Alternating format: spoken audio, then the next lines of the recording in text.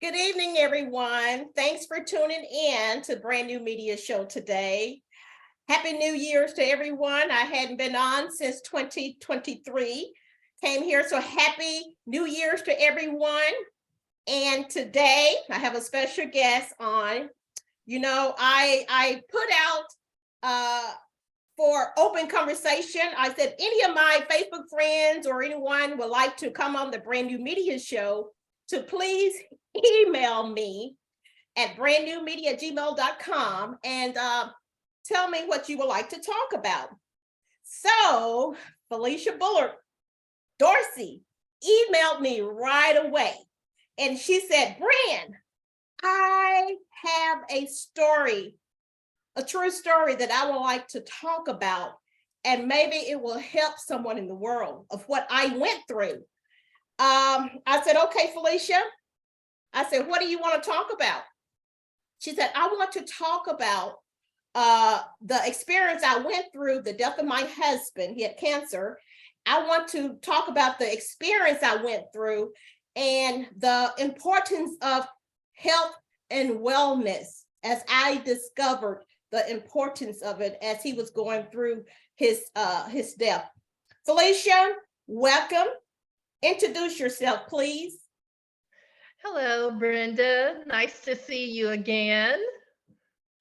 My name is Felicia Dorsey. I'm a school teacher in Memphis, special education teacher. Been teaching for about 20 years, and I'm so happy to be here today. My husband passed about 7 months ago. He fought a 2.5-year cancer battle. When he was diagnosed with cancer, I was totally shocked. I could not believe that he had gotten cancer. He was one of the healthiest persons I know, and he had great eating habits. So when I found out that he had leukemia and myelodysplastic syndrome, we were just in shock. When he first went into the emergency room in February of 2020, this is when we found out. Okay. And the doctors didn't know what was wrong with him. It took them about 2 months to find out what was wrong with him. And so in result, we found out that he had leukemia, which is a blood cancer, and he had myelodysplastic syndrome. So of course, I was shocked. Didn't know what to do. I tried to do everything in my power. When you get some news like that, you start thinking, what can I do to help my husband?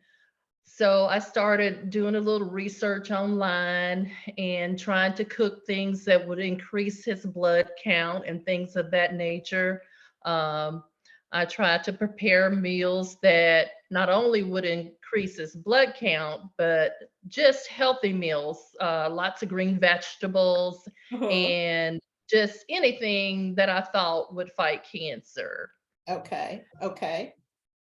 Well, Felicia, you said at first you thought it was COVID because around 2020, everybody was thinking COVID, right? But correct. But it wasn't COVID, right? No, it wasn't. It wasn't COVID at all. As a matter of fact, a lot of people did think that my husband had COVID because he went into the hospital during that time. But actually, my husband passed out a couple of days before he decided to go to the emergency room. And when he got to the emergency room, he had less than 2 counts of blood in his body. And when you think about those 2 counts of blood, had that been somebody else, they probably would not have been here. So he was diagnosed with this once entering the, about 2 months after being in the emergency room. It was a 2-month process before we found out what it was. But it was just really a hard pill to swallow. As I reflect on it now, it was just really a hard pill to swallow because I thought he would have been the last person to get cancer. Right, because he was a very, very healthy and a strong man. He believed in eating right, taking care of his body, and it was a totally shock. So Felicia, tell me, how did you cope with his death? And then let's go right into the importance of the health and wellness. Right. You found out that it was so important because of your husband's death that you discovered Right. this. Okay. Well, everything that I did for him. I kind of neglected myself throughout this process because I wanted to make sure that he was taken care of. Mhm, I started like when he did come home from the hospital, I started just waiting on him hand and foot. He couldn't walk at first, and then I helped him to get back on his feet. When he mhm, came home from the hospital after about a week of rehabilitation, he had to walk on a walker. And mhm, so I would get him out of the bed every day to help him walk with this walker. And then he started, well, when he came home in a wheelchair, and then we converted from the wheelchair to the walker. And mhm. then we converted from the walker to a cane. And there were times when he was able to actually walk on his own. So it looked like he was getting better. Okay. Uh, this was 2020, 2021. Okay. Towards the beginning of 2022 in January, the cancer had Mhm, gone into remission. So in mhm, January 2022, the cancer came out of remission and it came back with a vengeance. And after that particular time, he was bedridden for 3 to 4 months. And then by May 29th, he passed. And So all of this time, Felicia, all of this time, you was neglecting on eating right. You was neglecting on taking care of yourself because you mainly was focusing on your husband, right? that's correct. I was eating on the go, eating on the run. I had a habit of eating salads. I love grilled chicken, so I would eat salads and grilled chicken prior to him being sick. And then all of a sudden, I was just eating whatever I could eat because my main goal was to prepare meals for him. And Mhm. sometimes I would eat the food that I prepared for him, but if I was at work or if I was out or something, I would just probably eat junk food, Mhm, mhm. foods that were high in fat, foods Yes, that were full of cholesterol. So but I but went to the doctor later on and found out that my cholesterol was high. I had my women's physicals, everything else was fine, but my cholesterol was high. So the doctor put me on a low fat diet and a low sodium diet. mhm. So now I'm finding myself having to take care of myself now. It's Yeah, but so you said, funny. I'm yeah, eating so a it's lot an of eye green opener. vegetables. Yeah, it's an eye opener to you. It's an eye opener. Yeah, The importance of health and wellness on taking care of yourself, right? Because you said you want a longevity life. yes, And you told me that uh, you really didn't focus on yourself. You didn't know how important it was to eat right. You know, I know you was eating salads, but I mean to really, really focus on good health, like do a lot of exercise. You said you really wasn't doing any exercise. Is that right? yeah. During the time that my husband was sick, I cut out my exercise routines. I've always worked out, but I didn't work out. My priority was to take care of him. So I stopped exercising. I was eating a lot of junk food. I Right. had a lot of anxiety during that time. So even though I cooked green vegetables and made green smoothies and made sure he had the foods that he needed, I didn't take the time to eat it myself. I didn't Mm-hmm. take the time to work out because my main focus was waiting on him hand and foot to make sure that he would heal and get better. And even during this last bout in January of 2022, I thought he was going to get better. So I just continued to work on his behalf. And, I really neglected myself, but Yes, I I was going to blame, ask you. Yeah, you neglected yourself, right? yes. And you put your focus on your husband, on taking care of him very well. So what advice would you give wives or husbands that went through the same thing that you going through, the death of their spouse? What advice would you give them? Uh, I would tell anyone that's going through, um, anyone that has a husband that's going through an illness with their husband. Yes, I know you have to take care of your husband and you have to be there for your family, but make sure you take some time to yourself. Maybe, for example, get a home help nurse more frequently so that you can take some time away from the house to work out, to eat right.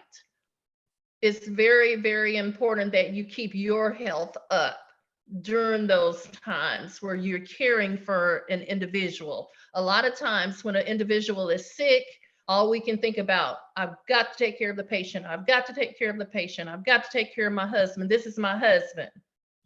And we forget about ourselves. Mhm, So I think we need to just remember that and not neglect ourselves. mhm, mhm. Find somebody to free us for 30 minutes to an hour once a Yeah, week, good or advice. maybe even twice a week, Good so advice, that you Felicia. can at least get 2 days of exercise in, and you can make sure that you're eating properly and you're following a healthy diet. Mhm, mhm. So since your cholesterol is up, you said, wow, I didn't know, the importance of health and wellness. You said, I have to take care of myself. I know what my husband went through. You said, I have to take care of myself. I must eat right. I want longevity life. I must eat right. I must get some exercise in. And you said that you was going to change your whole lifestyle. That's what you told me. Yes, I did. I did. I followed the doctor's orders. The doctor was very specific in telling me that you need to work out at least 3 times a week. So I go to the gym now. I work out 4 to 5 days a week, Very and good. um, and I eat lots of vegetables. I Every now and then I might splurge and eat red meat. I love red meat. I love it, Mhm, but it's very fat. It has mhm, a lot of fat in it. But I bake or grill chicken breast. I like to eat chicken breast. Sometimes I'll just have a good chef salad without any mhm. meat. Okay. A lot of vegetables, cucumbers, tomatoes, or just a healthy salad. A lot of times I eat a healthy salad. And then there are times when I will have green smoothies for breakfast. A lot Mhm, of the traditional things that we used to eat for breakfast years ago or when we were growing up, I don't eat mhm. those things anymore. Like sausage and eggs and bacon, I don't eat that anymore. You don't eat that anymore. Okay. Okay. No. Congratulations, Felicia. Yay. My breakfast routine either consists of a smoothie or oatmeal with apples. Okay. Okay. Very good. I'm so proud of you, Felicia. I want to thank you. I want to thank you for your story. Is it anything else you have to say before we close it out? I really appreciate you. I appreciate you too. No, I would just advise anybody out there who's a caregiver, take some time for yourself. Take some time for yourself. Take care of yourself. Take care of yourself. And Felicia, we're continue praying for you, for your health and strength. You're coming along pretty well. We know the death of Yeah. a spouse is very devastating, right? Yes. But we're still praying for you. You're doing well, you know? Yes. it was really hard after when I got that phone call that my husband had transitioned. I had stepped away from the hospital. So when I got that phone call, I didn't believe that he had passed. I was in such shock, major disbelief. And then my mother and my family kept me busy in planning the funeral. So you have a lot of people around you when you're planning a funeral. But Mhm. then after you've laid your husband to rest or your loved one to rest, when everybody's gone, that's when Right. you break down. I totally broke down after the funeral when there was no one around me but my children. Mhm. Um, you have so many people around you when you're planning that funeral, but when everybody's gone and you've laid your loved one to rest, it's very difficult. That's when most people break down. So I had to wrestle with having my confidence even when he was sick. He was my confidence, and I could always talk to him when he was able to understand what I was saying. No matter if he was sick, he would comment, or, you know, even if he couldn't get out of the bed and he was bedridden, when he was had his full capacity, or when he had his mind or whatever, he was my confidant. So I wrestled with learning how to be alone in my bedroom. And I just had to go into prayer because it was very difficult. There were times when I didn't want to stay at my home. Mhm. And Yes. this is a house that we had been built together. And um, this is where I lived. And I'm like, well, if you don't stay in your home, where are you going to go? What are you going to Mhm. do if you Mhm. can't stand to stay at home? Mhm. So I got Because that home with that. so many memories there, so many memories there at your house, right? It's just brought back Right, a lot of memories. right. It brought back a lot of memories, and it was really, really, they were really, really painful memories initially. And then I would tell everyone, just continue to stay prayerful. Time heals all wounds. Um, Time heals. Mhm. Yes, time heals all wounds. It got better a little bit over time, Mhm. and it's been 7 months now. I've had a lot of good days. I can bear the memories now. Every Mhm. now and then you might have a bad day, Mhm. but the memories are just pure and perfect now. So That's it good. takes time, but Thank you. Felicia, thank you'll you. get. You'll get past it. Yes. Thank you. Thank you so much, Felicia. Thank you so much for your story. God bless you. And I want to thank my audience for tuning in today on the Brand New Media Show. Good night. Thanks again, Felicia. Thank you. Good night. Good night, everyone.